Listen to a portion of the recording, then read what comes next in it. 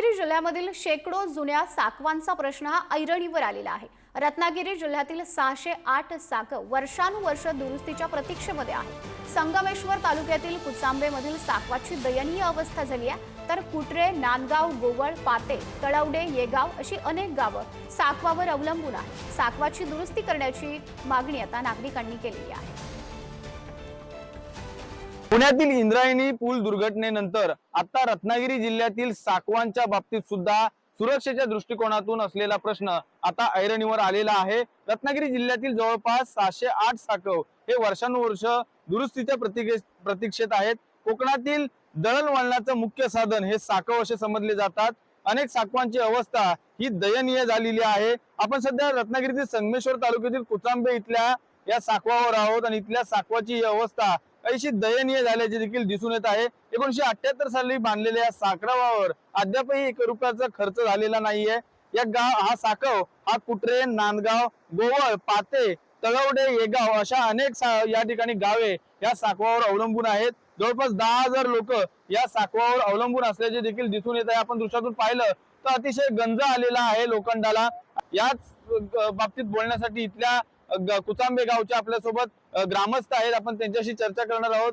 काय एकंदरीत परिस्थिती आहे? साकवाची अतिशय परिस्थिती दयनीय आहे। नमस्कार, मी कुचांबे गावचा ग्रामस्थ श्याम काजवे। या ठिकाणी मला आता जवळजवळ 52 वर्ष झाली।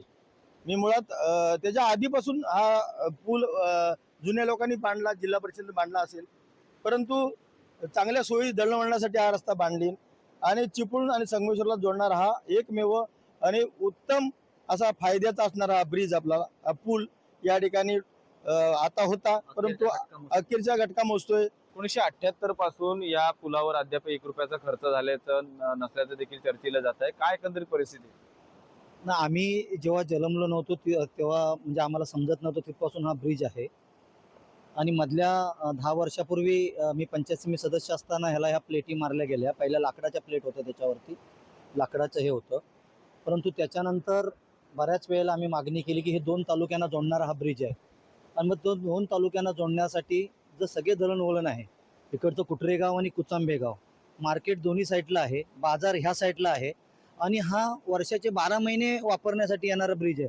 हे जे पाणी आहे, हे पाणी आता जेवढं आहे त्यापेक्षा अर्ध्यानं पाणी मे महिन्यात सुद्धा असतं, कारण वरती गंडनदीचं धरण आहे। त्यामुळे या नदी पात्रातून प्रवास करता येत नाही, ह्याच्यातूनच यायला लागतं आणि ह्याच्यातूनच वरून बाईक वगैरे जातात।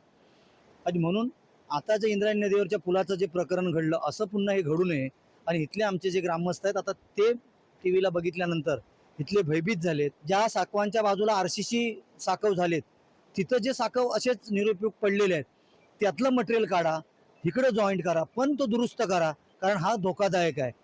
ते सांगून सुद्धा अजून झालेलं नाही, त्याचं दुःख वाटतं।